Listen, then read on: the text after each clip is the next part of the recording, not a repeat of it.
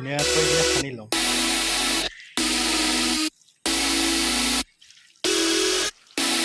এনেকৈ ধুনীয়াকৈ সানি লৈছোঁ। সানি একদম সহজতে এইটো মাংসখিনি এনেকৈ এখন ঢাকনি এই মটন কাৰীখিনিৰ কাৰণে মিডিয়াম সাইজৰ পিঁয়াজ 5টা লৈছোঁ, আলু 3টা লৈছোঁ, আদা লৈছোঁ, নহৰু কেইকোমান লৈছোঁ, ভোট জলকীয়া লৈছোঁ আৰু তেজপাত 2 খিলা লৈছোঁ।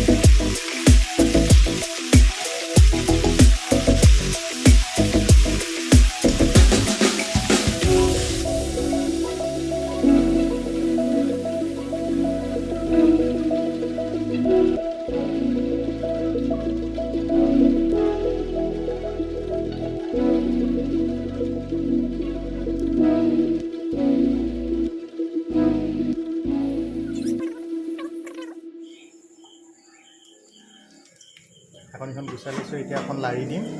এতিয়া কেনেকুৱা ৰঙচুৱা হৈ পৰিছে।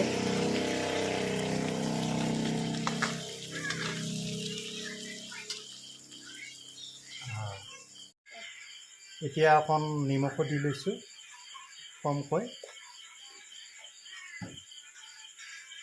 এতিয়া আমি জিৰা গুড়া অকণ লৈ লৈছোঁ,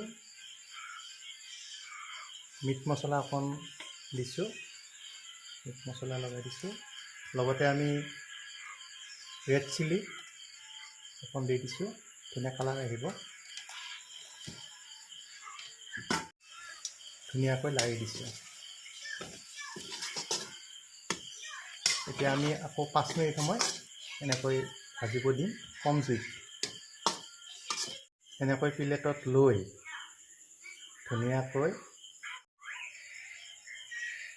ধুনীয়াকৈ আপোনালোকে যদি সেইটো বস্তুৰ লগত খাব বিচাৰে খাব পাৰে আৰু বুজি পালে আৰু এতিয়া আমি প্লেটত ওলাই লৈছোঁ। শুনিবলৈ বেয়া, কিন্তু মনে মনে কওঁ শুনক। লালনত খাবলৈ বৰ। এতিয়া আমি কিছু সময় উতলিব দিম, লগতে ঢাকনিখন ঢাকি দিওঁ।